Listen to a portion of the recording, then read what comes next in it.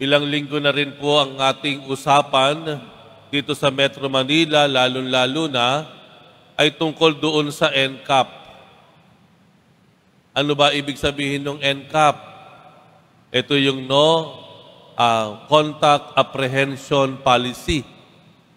Ito po ang ngayong ipinatutupad uli ng ating gobyerno o MMDA para turuan ng disiplina ang mga motorista, ang mga drivers. Ayan.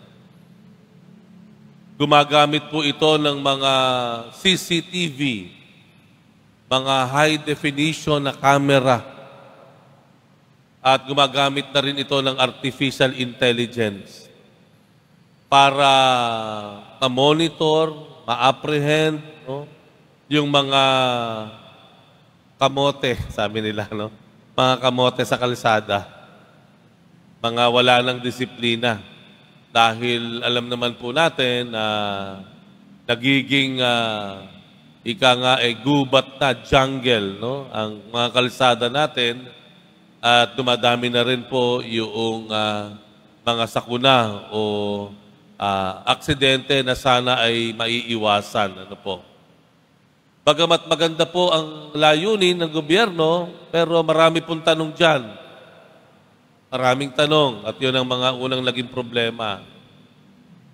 Malalaman ba nila na ako ay tumunod lamang tumugon sa emergency na meron sa aking likod?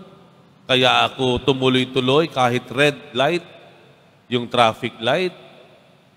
Marami pong tanong, marami pang pag-aaral na ginagawa, bagamat sinasabi naman po ng gobyerno ang proseso, bago ka matikitan o mapadhala ng liham, ay muna titingnan muna yung mga camera, i-review, i-review yung mga videos na nakuhanan at mga pictures. Saka pa lamang aandar yung proseso, ng pagpapadala sa iyo ng huli mo. Ayan. Ang tanong lagi natin, paano kung mali yung sistema? Paano kung nagkamali yung camera? Paano pag hindi naging malinaw yung nakita sa camera? Paano kung hindi alam at hindi nakita sa buong video yung buong pangyayari? Napaka-unfair naman kung mahuhuli ako. Yun po ay palagay ko hindi lamang sa usaping trapiko. Ito rin ay totoo sa usaping pangtao. Kung papaano tayo tumingin o sumuri o kumilala ng tao. Minsan, kapag mali yung ating pamantayan, nagkakamali rin yung ating pananaw sa isang tao. Pag mali yung ating sistema ng pag-iisip, mali rin natin, asahan nating mali rin yung pagkakakilanlan natin sa tao. Ano sabi sa Ebanghelyo?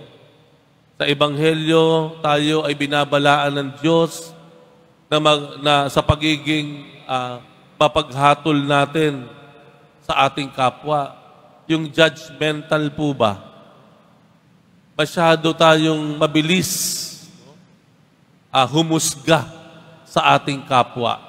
Paano kung mali yung ating pag-iisip? Paano mali yung ating pagsusuri sa mga tao o sa ating mga nakita? Di magiging unfair din naman sa mga tao na nahusgahan sila ng ganun-ganun na lamang dahil sa mali at kulang nating pagsusuri. Ang sinasabi po ng Ebanghelyo ay itama po natin yung ating pagsuri o pagkilala sa ating kapwa. Huwag tayong mabilis mapaghusga. Naaalala niyo po, nung nakaraang taon, doon sa siyudad ng San Juan City, ay mayroong pinagpiestahan na isang binata na namamasa o nagbabasa sa pamamagitan ng kanyang water gun. Ano po? Naalala nyo siya na yung nagmumotor ay talaga namang binasa niya na papunta sana sa trabaho. Alala niyo yun? Nabash yun ng gusto, di po ba? Yun ay, ika nga, tinawag na ng Boy Dila. Naalala niyo yun, ano? Bukas kasi, piyesta uli sa San Juan, eh. Diba? Mabuti na lang, nagbago na yung pamamaraan nila ng pagbabasa. Meron ng specific na lugar. May isang specific na pinaglabanan road yata yon. At hindi na magkakaroon ng basaan sa ibang lugar ng San Juan, maliban lamang dun sa kalsadang iyon, no, ng pinaglabanan. Pero, inalam kamakailan o kanong isang araw, binalita, hinanap si Boy Dila. Nasaan na si Boy Dila? Nakakulong na. Sa salang malayong-malayo doon sa ginawa niya nung kapistahan ng San Juan last year. Sabi ko, bakit nagkaganito itong taong ito? Bakit nagkaganyan siya? Hindi kaya siya biktima ka talaga ng mapanuri at mapaghusgang mga tao? Na yung isang kasalanan na iyon, nahusgahan na yung buong pagkatao niya, nahusgahan na rin yung buong pamilya niya. At nakalulungkot kung ito pa ang naging dahilan kung bakit nagkagano na siya ngayon.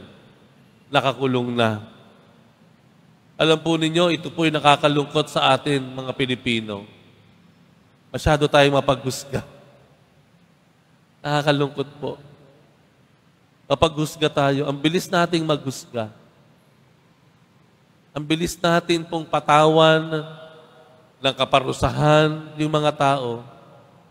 Yung bang hindi mo kilala, nakita mo lang yung post sa Facebook at nabasa mo yung comment, siya ay binabash. Makikibash ka rin. Hindi mo nga alam kung ano yung buong kwento eh. Isang picture lang yung nakita mo. O kaya isang video na tumatagal lang 1 o 2 minuto. Agad-agad kang gumawa ng sarili mong hatol. At ikaw, naghamak ka na rin. Hinamak mo rin agad. Bakit tayo ganoon? Ganun tayo, ang hilig nating humingi ng tawad sa Panginoon. Panginoon, patawarin mo kami, kahabagan mo kami. Kung paano tayo manikluhod sa Diyos, na tayo patawarin sa ating mga pagkakamali at kasalanan. Pero sa kabilang banda, pagdating sa ating pakikitungo sa ating kapwa, ni hindi natin kilala, o we barely know these people, ang bilis-bilis nating manghusga. Napakaiksi ng pasensya natin sa bawat isa. Ang Ebanghelyo, hindi po niya sinasabi na wag nating pag-aralan yung mga nakikita natin. Hindi sinasabi ng Ebanghelyo na wag nating suriin yung mga nakikita natin. Hindi po. Sinasabi lang ng Ebanghelyo, suriin natin, pag-aralan natin yung mga nakikita natin. Pag-aralan natin yung kilos ng mga tao. Pero siguraduhin po natin na tama po yung ating pamantayan. Tama yung ating panukat. Tama yung ating ginagamit na panukat sa kapwa natin. Na sana ang ginagamit nating panukat, yung salita ng Diyos. Yung panukat natin, yung mga turo niya, yung mga aral niya, hindi mga panukat na nakuha lang natin kung saan-saan nadampot at napulot natin kung saan-saan. Sana po itigil na natin ang ating masyadong mapanghusga, mapanghatol na ugali. Dahil kung tayo nagsusumamo ng habag, patawad at pasensya sa Diyos, sana din naman tayo rin po ay maging mapangunawa. Nandun ang pasensya sa pagkakamali ng ating kapwa.